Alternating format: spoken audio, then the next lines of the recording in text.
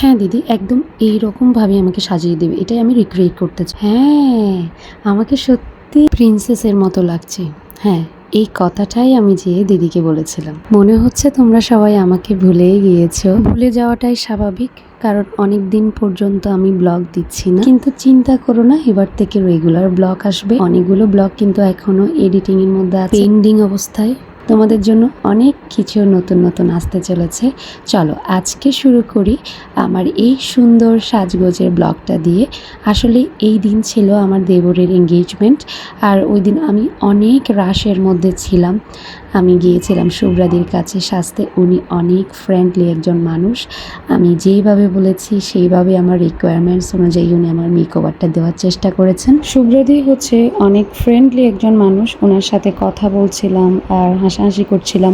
মনেই হচ্ছে না যেন আমি অন্য একটা জায়গায় গিয়েছি, মনে হচ্ছিল যেন আমি নিজের ঘরে বসে বসে সাজছিলাম। এখানে দেখতে পাচ্ছ প্রথমে আমার আই মেকআপটা হয়ে গিয়েছে, এরপর দিদি খুব ভালোভাবে আমার ফেসটা প্রেপ করে নিয়েছিল, যার কারণে বেসটা খুব ফ্ললেস হয়েছিল। আর আমি চাচ্ছিলাম একটা ফ্ললেস বেস যেন খুব ভালোভাবে গ্লো করে আমার ফেসটা। যেহেতু এটা একটা দিনের প্রোগ্রাম, তাই আমি একটা ডিউই ফিনিশের বেস চাচ্ছিলাম। আমার রিকোয়ারমেন্টস অনুযায়ী দিদি কিন্তু আমার মেকআপ বেসটা রেডি করেছে। দেখতে দেখতে আমার বেসটা এখানে কমপ্লিটও হয়ে গিয়েছে, দেখেই বোঝা যাচ্ছে কতটা ডিউই হয়েছে। এখন কিন্তু দিদি আমার পছন্দের লিপ শেডটা করছে। ভিডিও চলতে চলতে তোমাদেরকে আবারও কথাটা মনে করিয়ে দিচ্ছি, যারা ইউটিউব থেকে আমার এই ভিডিওটা দেখছো অবশ্যই আমার চ্যানেলটা সাবস্ক্রাইব করে দেবে, আর ভিডিওটা যদি ভালো লেগে থাকে অবশ্যই লাইক দেবে। আর যারা যারা ফেসবুক পেজ থেকে আমার ভিডিওটা দেখছো তারা আমার ফেসবুক পেজটাকে অবশ্যই ফলো করে রাখবে, যাতে কোনো নতুন ভিডিও আসলে তোমাদের কাছে সবার আগে নোটিফিকেশন পৌঁছে যায়। আর তোমরা যদি আমার পাশে থাকো, এভাবে আমি নিত্য নতুন ভিডিও দিতে আরও অনুপ্রাণিত হব।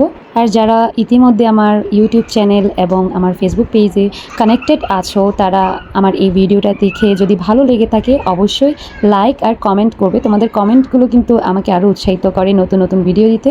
এখানে দেখতে পাচ্ছ আমার লিপ আউটলাইনারটা হয়ে গিয়েছে, আর অন্য একটা দিদি আমাকে সব লিপস্টিক শেড এনে দেখাচ্ছিল যে কোনটা তোমার পছন্দ হচ্ছে তুমি নিজেই সিলেক্ট করে দাও, কারণ আমার রিকোয়ারমেন্টসটা ওরা প্রায়োরিটি দিচ্ছে বেশি করে। আর ওদিন আমি অনেক রাশের মধ্যে ছিলাম, যেহেতু আমার নিজের দেবরের এঙ্গেজমেন্ট, বুঝতেই পারছো। যেহেতু দিনের বেলার প্রোগ্রাম, তাড়াহুড়ো তো ছিলই, তার সাথে ফটোগ্রাফারদেরকে রিকমেন্ড করা, ওদেরকে গাইড করা, কোথায় যাবে, কখন আসবে, সব কিছুই আমার বুঝিয়ে দিতে হচ্ছিল।